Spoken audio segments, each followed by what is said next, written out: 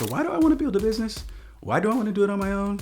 Okay, is this really what I want to do? And I think that's a very important self-check for advisors, because as you kind of alluded to earlier, I think the biggest thing is to decide if you want to do it on your own or decide if you want to do it in a team format. Because if you want to do it on your own, I think obviously it can be done, but times are changing. This industry's changing.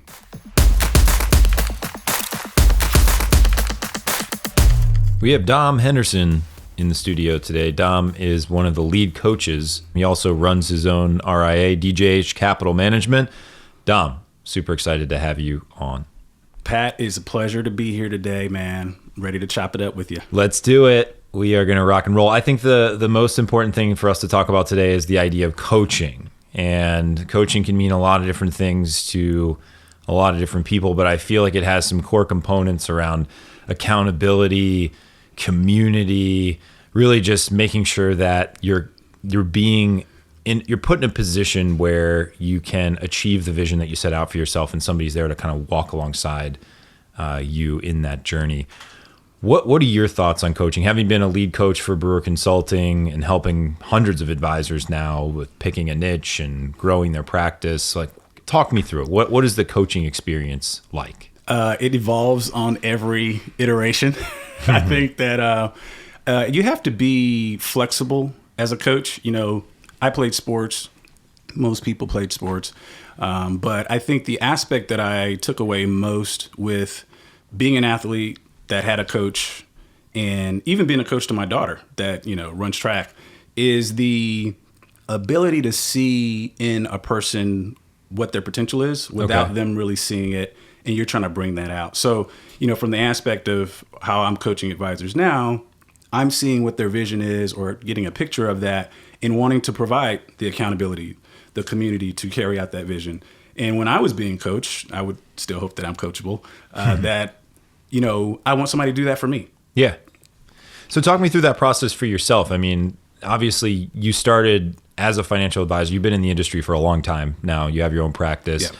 And over the past 12 months, you've worked into a role of greater responsibility. You're kind of my right-hand man, honestly, helping with a lot of the stuff that I either don't have the skill set for, or I don't have the time for. So I'd be curious to hear from you. What were some things that you were potentially working out in your own practice, and how have you seen your practice evolve and your experience be beneficial to other advisors? Cool, yeah.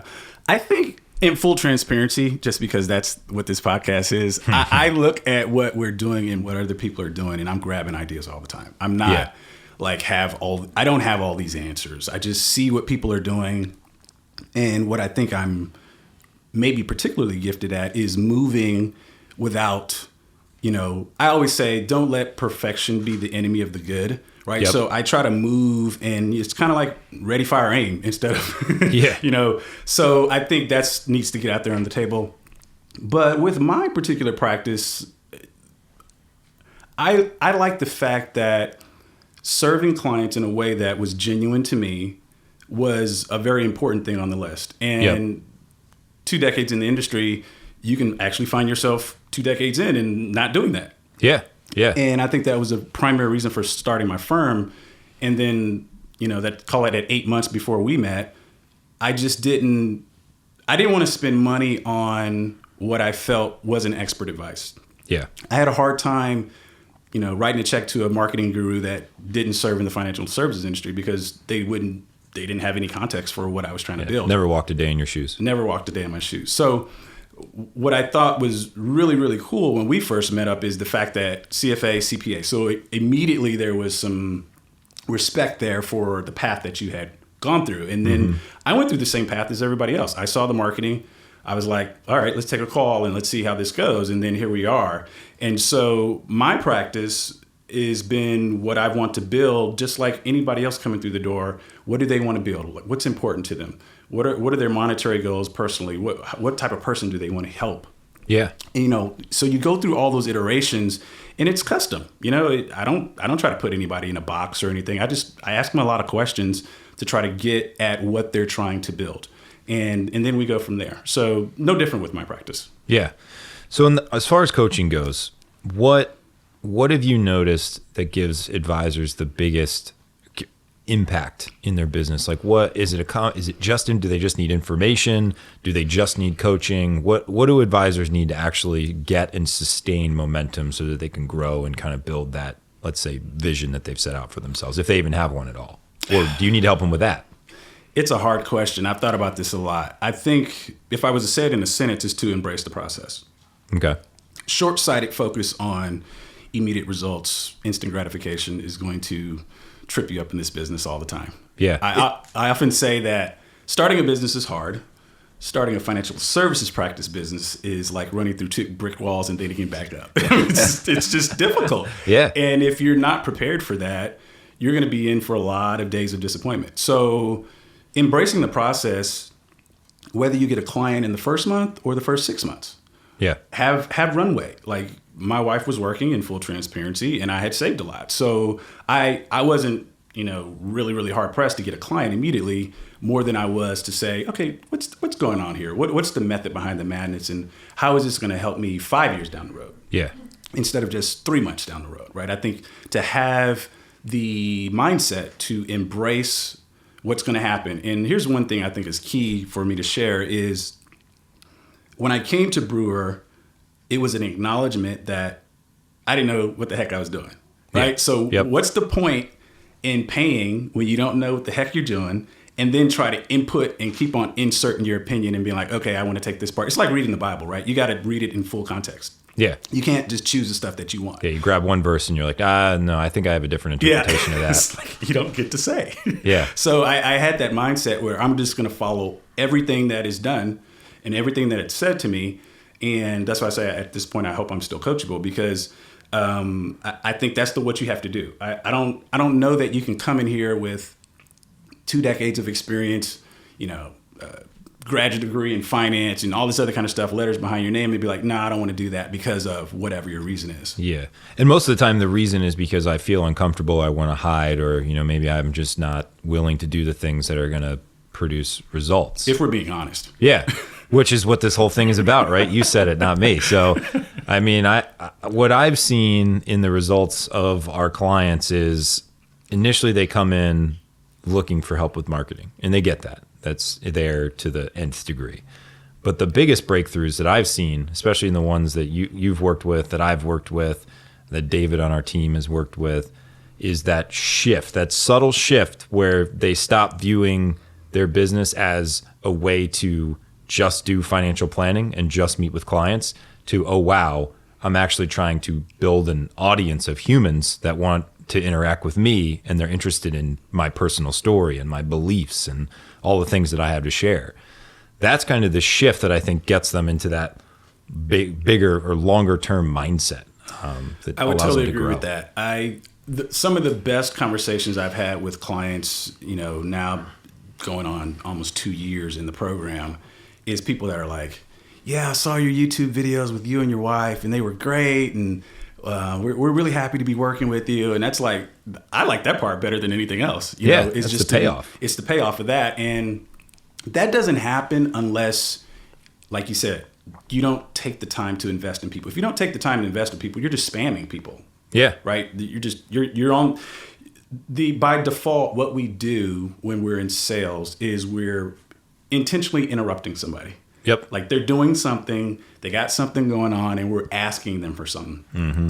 And I think the notion around that is, if you want the rule of reciprocity to kind of evoke, you have to give something away, right? You have to give some value away. You have to, there needs to be something that you have that they want. Yep. And I think at the guttural level, you just need to understand that. And that helps, I hope, to humanize the interaction with whoever you're dealing with. Exactly. Yeah, because you have to be relevant to them. They have to have a need, and you have to be consistent enough to be able to be remembered so that they can either reach out to you, or when you reach out to them, they know who you are. So it's not awkward. Which is the coolest thing about it, I think, because the community of what we're building with the advisors that we have now, over 200 now in the program, is we are reinforcing that mantra or dogma, if you will, all the time with the way that we do the coaching program, with the way that we do the weekly group coaching and the accountability around that, and the interactions, So, actually on my way down, I'm looking in the Facebook group. Yes, I was texting while I was driving. I was looking at people that were posting, and they're posting their videos, and they're like, "Give me feedback," and I'm like, "That's so great." People are putting themselves out there. They're vulnerable.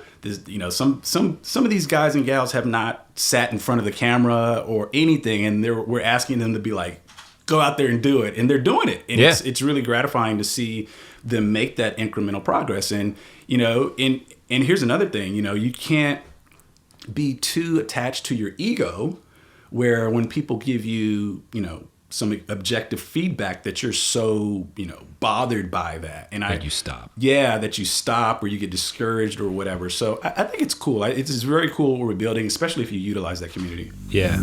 Hey, everyone. Thanks for tuning into the podcast. If you like this content and you want to get more, you can go to modelfa.com and listen to podcasts, blogs, videos, other resources that are designed to help you grow and scale a profitable advisory practice. You can find this all at modelfa.com. We'll see you there. I mean, one tip that I'll give to the listeners right now, because I do a lot of video, I obviously do audio, the podcast. I have almost like an alter ego that goes out and records videos. It's not even me. So I'm not exposed. I'm not uncomfortable. It's another person that gets up there and gives that talk for 3 to 4 minutes, and then he shuts off and no longer exists anymore. So it doesn't have to be you on camera feeling super exposed.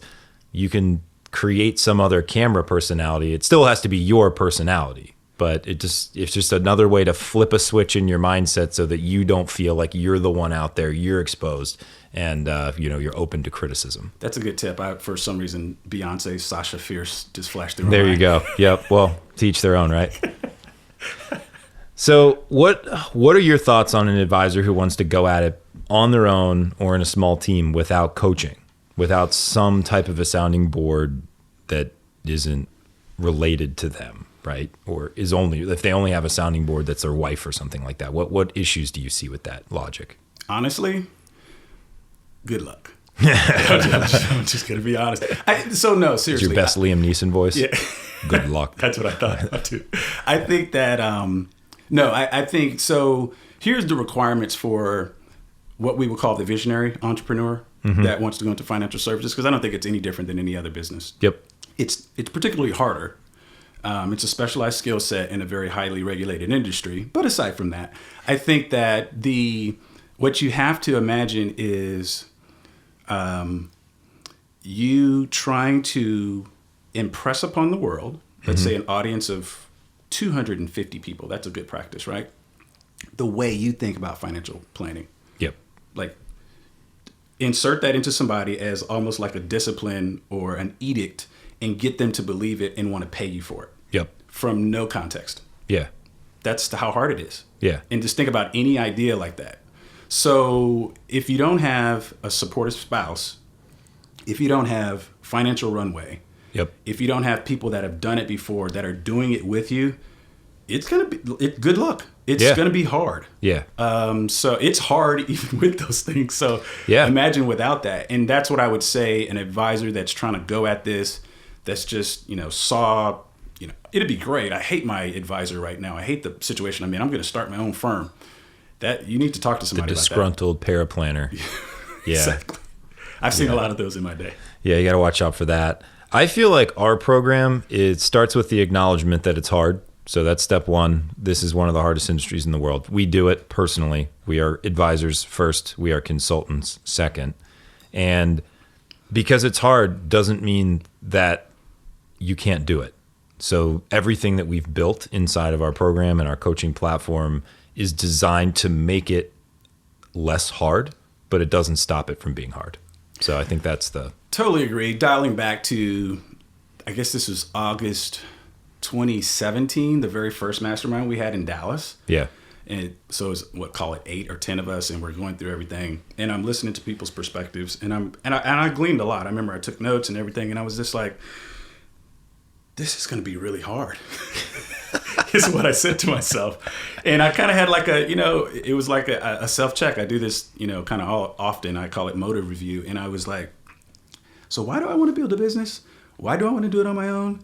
okay, is this really what I want to do? And I think that's a very important self-check for advisors, because as you kind of alluded to earlier, I think the biggest thing is to decide if you want to do it on your own or decide if you want to do it in a team format. Because if you want to do it on your own, I think obviously it can be done, but times are changing. This industry is changing. I've seen it particularly a lot of change in the last 10 to 15 years. Yep. And, to be honest, if you're going to get a CFP, they're kind of paying people $60,000 to go work at the Vanguard, call center for CFP. So just having a CFP doesn't really distinguish you. You need to have some type of marketing hook. You need to have a reason why people want to work with you, because this industry spends a lot of money making us all look the same. Yep, and homogenous. Yeah. And so just for you to say that I'm going to be a financial advisor, that doesn't really mean anything to anybody. I got a chance to give a talk at my church, and people were, there was the subject about, whether or not you lead with your faith and all this other kind of stuff. And I was like, you just need to be able to do competent work. Yep. Nobody asked me about that. They asked me about what I know about financial services. Yeah, so exactly. I think a lot of advisors that want to go off on these real, what I'll call hip niches is fine. But at the end of the day, you need to be able to deliver a product. You need to be competent. Yep. And you need to have a way that you become relevant to the people you want to serve, so that they can eventually want to work with you. Yeah, it's an interesting time. I mean, with consolidation, the larger companies are able to create certain economies of scale with their marketing and some other areas of their business to make it harder to acquire clients just in general. A good thing for today's solo advisor or small practices, most of these larger companies have no idea what they're doing, because I consult with them in varying capacities. I gave a speech at the CMO forum for a large mutual fund company, and it blew my mind how little they're actually doing to acquire clients in the consumer market.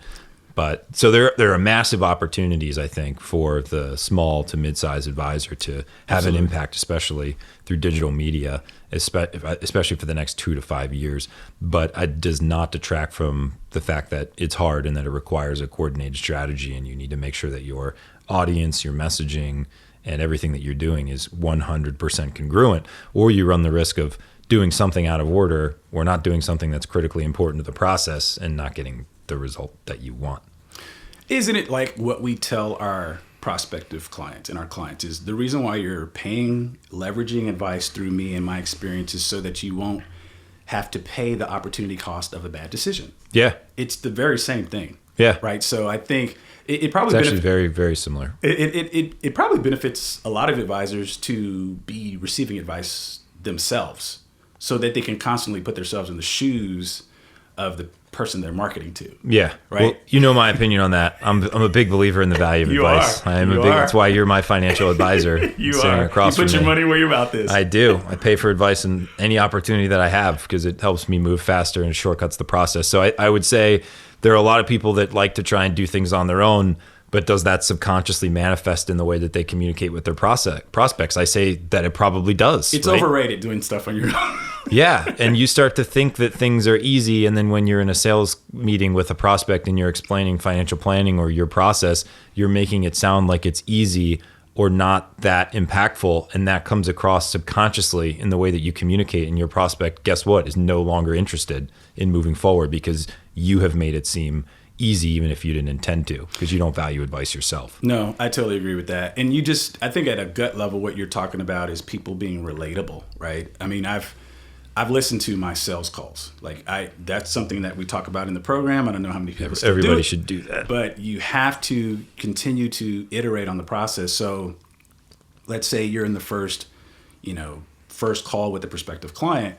I always tell them it's the 80-20 rule. They should be doing 80% of the talking, and you should be doing 20% of the talking. You should be mostly listening. Yep.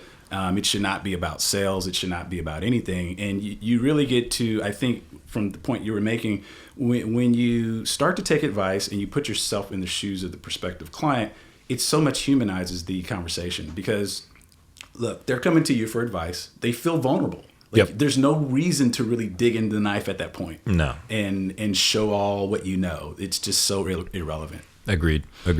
One of the things that you obviously do is coach financial advisors through different marketing processes, business growth strategies, but also being an advisor yourself. Have you seen any parallels between coaching an advisor, and then the process that the advisor also has to help their client walk through as a coach for their finances? Like what parallels are you seeing there? Absolutely. Good question. I think so. The benefit of being a coach and then taking what you see as being a coach and then trying to implement that in your practice is the outside perspective, right? So what I mean by that is when I see 100 advisors in the program and I see somebody come through with the questions that they have, with what they're trying to build, you can immediately start to put the pieces together in the puzzle, right? I think it's key for the advisor to stay open, right? And to understand that they are seeking advice. And then on the flip side of it, when they are open, just like I was open when I was a first advisor in the program and I was listening to you, I then can put myself in the client's shoes. Yeah. When I'm telling them, okay, you need to change this about your budget, or you need to change this about your investment advice, or let me show you a different way to do this investment strategy. I think those two go hand in hand. Here's a good takeaway. If you're an advisor trying to sell advice, which is what you do, but you're not coachable, you don't have a coach, what does that really say? Like, you really need to answer that question, because if you want to give advice but can't receive advice, or don't believe in it and don't pay for it, it's kind of a disconnect. Yeah, it's a disconnect. It's definitely a disconnect. And I think what you have to realize is subconsciously you're going to be setting yourself up for failure eventually. Yeah. Right. I think so. One thing is, and I'll use this analogy as a coach. Although I can't necessarily go out there and high jump anymore, which is what I coach my daughter on, I can't do those moves, but I've done them before, right? So I use the experience, and if she implements, she will improve, right? But she would be very short-sighted to say, well, Dad, since you can't do it anymore, then you can't really coach me. Yeah. She has to stay open. And I think advisors have to do the same thing. Otherwise, they're going to see their clients doing the same thing to them. You're going to give all this advice to your clients, and they're going to implement what they want. It's going to bounce right off them. Yep. Yeah, so if I'm hearing that correctly, it sounds like in order to be an effective influencer of someone's behavior to help them get to a particular goal or set of goals, you yourself need to be open to someone else's counsel and be willing to hear certain things to change your own behavior, to influence your own goals in order to get there. Absolutely. Dom, I appreciate your thoughts. Thank you for coming on the show. Great stuff, man. Enjoyed it. All right, take care.